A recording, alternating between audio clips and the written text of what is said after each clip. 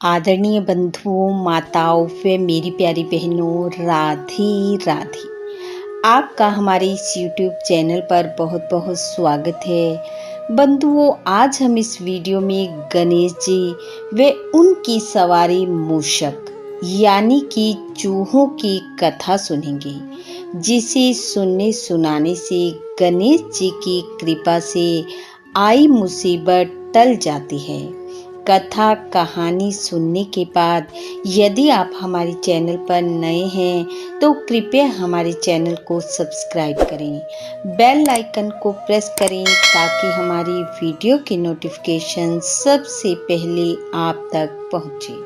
Video को share व like भी जरूर करें। कथा कहानी के अनुसार एक गांव में एक बुढ़िया माई अपने बेटे बहू के साथ रहती थी। बेटा दूसरे गांव में कमाने के लिए गया हुआ था। पीछे से बुढ़िया माई अपनी बहू को बहुत दुख देती, यहाँ तक कि भर पेट भोजन भी नहीं देती थी।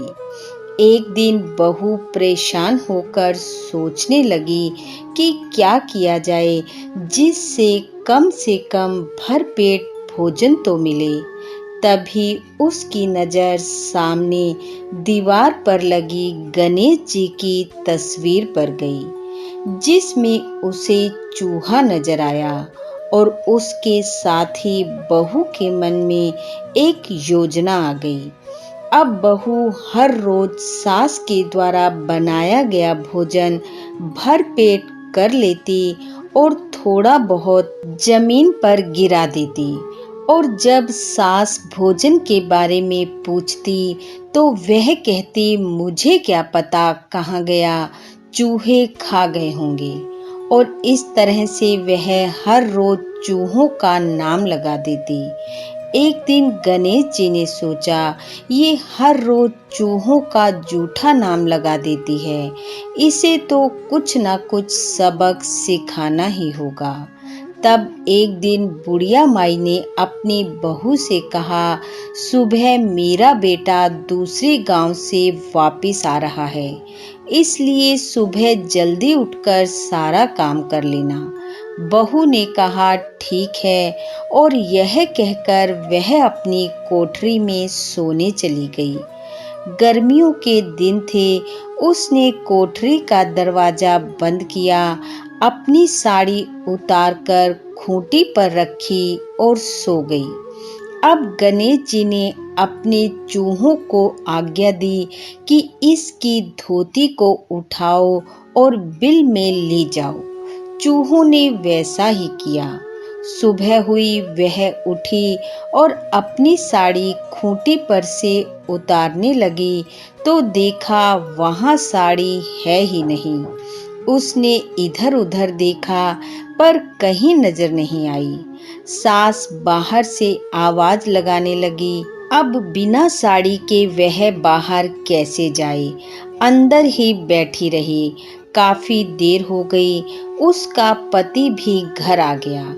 आकर उसने भी अपनी पत्नी को आवाज दी।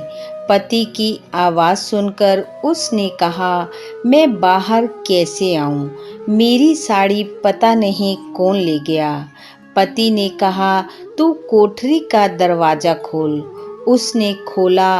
पति अंदर आया और उसे बिना साड़ी के देखकर क्रोध करने लगा और बोला, तू झूठ बोलती है, बंद कोठरी में से साड़ी कहाँ जा सकती है, और उसे मारने लगा। इतने में बहू की नजर दीवार पर लगी गणेश जी की तस्वीर पर गई और वह सोचने लगी कि मैं हर रोज भोजन खाकर चूहों का जूठा नाम लगा देती थी, कहीं गणेश जी ने तो मुझे ये सजा नहीं दी है।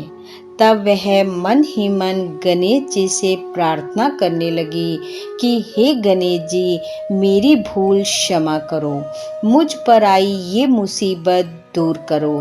आपकी कृपा से मेरी साड़ी मिल जाए तो मैं आपके नाम से लड्डुओं का प्रसाद चढ़ाऊंगी।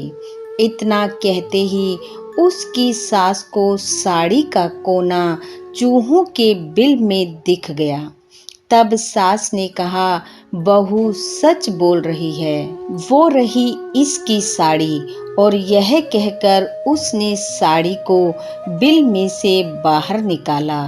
तब बहू ने कहा, माँ जी, मेरी करनी मेरे हाथ, मैं हर रोज भोजन चुरा कर खा लेती और आपके पूछने पर चूहों का जूठा नाम लगा देती थी, इसीलिए गणेश जी ने मुझे ये सजा दी है। उस दिन से बहू के मन में गणेश जी के प्रति अटूट श्रद्धा हो गई और वह दिन रात गणेश जी की सेवा पूजा करने लगी। गणेश जी की कृपा से उस पर आई मुसीबत टल गई, उनके खूब अन्न धन हो गया और सब प्रेम पूर्वक रहने लगे। बोलो गणेश जी महाराज की जय। हे गणेश जी महाराज, हे विनायक जी महाराज, जैसे बहू को सजा दी वैसी किसी को ना देना, जैसे उसकी मुसीबत टाली, जैसे अन्न धन दिया वैसा सबको देना। इस कथा कहानी को सुनने वाले सुनाने वाले सब पर अपनी कृपा करना। इन्हीं शुभकामनाओं के साथ आप सबका बहुत बहुत धन्यवाद। राधे राधे।